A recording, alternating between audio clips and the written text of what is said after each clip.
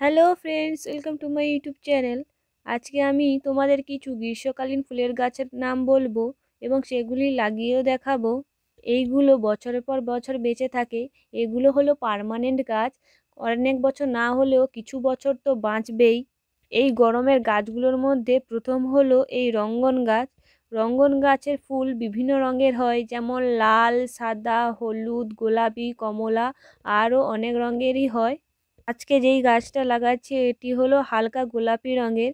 আর রঙ্গন গাছ বড় হয়। তোমরা ভাবছো আমি প্লাস্টিকে লাগাচ্ছি কেন? আসলে এই গাছটা অন্য আরেকটা জায়গায় পরে লাগাবো, এখন এখানে লাগিয়ে রাখছি।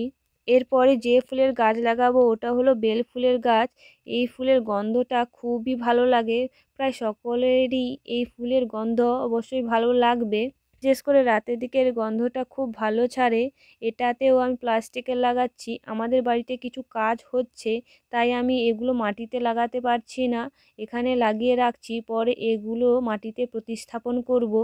পর লাগাবো এই গন্ধরাজ ফুলের গাছটা। এই গাছ আমাদের বাড়িতে আছে, সেখান থেকে এই গাছটা নিয়ে এসেছি।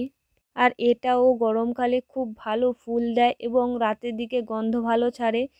আচ্ছা, রাতের দিকেই তো সব ফুলের গন্ধটা একটু বেশি বেশি পাওয়া যায়, তাই না? আর আমাকে কমেন্ট করো যে কাদের কাদের বাড়িতে এই সুগন্ধওয়ালা ফুল রয়েছে এবং কত প্রকার রয়েছে। এই গাছটাও একটা ছোট্ট জায়গাতে লাগাচ্ছি। আসলে আমাদের বাড়িতে একটা অনুষ্ঠান আছে, সেই কারণে মাটিতে বেশি গাছ লাগানো হচ্ছে না, এই ছোট্ট ছোট জায়গাগুলোতে লাগিয়ে রাখছি। পরে অনুষ্ঠান শেষ হলে মাটিতে ভালোভাবে লাগিয়ে দেব। আর শীতকালে তো আমি তেমন ফুল গাছ লাগাইনি, কিছু সবজি গাছ লাগিয়েছিলাম মাত্র। এই গরমকালে কিন্তু আমি অনেক ফুল গাছ লাগাবো। সেটা দেখার জন্য আমার চ্যানেলটিকে সাবস্ক্রাইব করে নাও এবং পাশে থাকা বেল আইকনটি প্রেস করো সবার প্রথমে ভিডিও দেখার জন্য। এবং তোমাদের যদি আমার ভিডিও ভালো লাগে অবশ্যই লাইক করো এবং কমেন্ট করো। এরপর যে গাছটা লাগাচ্ছি এটা হলো ঘাস ফুলের গাছ বা পর্তুলিকা, 9 o'clock, অনেক প্রকারই নাম আছে এর। এই গাছ আমি আগে অনেকবারই লাগিয়েছি। এই গাছগুলো অনেক প্রকারই আছে আমার বাড়িতে। আর কিছুদিন আগে আমি সাদা রঙের পর্তুলিকা লাগিয়েছি, তবে সেই ভিডিওটা আর করা হয়নি, তাই তোমাদের দেখানোও হয়নি। এই পর্তুলিকা গাছগুলো একবার লাগালে আর লাগাতে হয় না। গরমে বেস্ট গাছ হলো এই পর্তুলিকা, খুবই ভালো ফুল দেয় এই গাছগুলো। এর পরের গাছটি হলো এই জবা গাছ।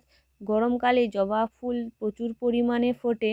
এই জবা গাছের ডাল আমি অনেক দিন আগেই বসিয়েছিলাম, মামা বাড়ি থেকে এনে এই ডালটা বসিয়েছিলাম। সেই ভিডিওটা আমার চ্যানেলেই ছাড়া আছে, তোমরা দেখে আসতে পারো কিভাবে আমি এই গাছের ডাল থেকে চারা তৈরি করেছি। জবা গাছের ডাল থেকে খুব সহজেই চারা তৈরি হয়ে যায়। আমি প্রথম ডালটা তুলে দেখি একটা মাত্র শেকড় গজিয়েছে, আর পরেরটা যখন তুলতে যাই তখন দেখি প্রচুর শেকড় হয়েছে এই ডালটাতে। যে দুটো ডাল তুলেছি সেটার মধ্যে একটা তোমাদের লাগিয়ে দেখাবো, অন্যটা দেখাবো না।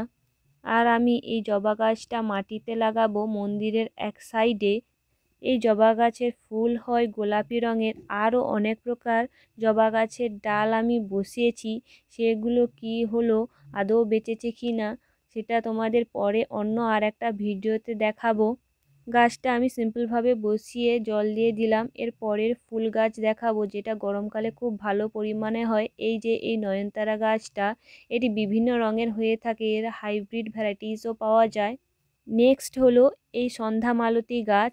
এই গাছ আমি কয়েকদিন আগেই লাগিয়েছিলাম, তোমরা সেই ভিডিওটা অবশ্যই দেখেছো আশা করি।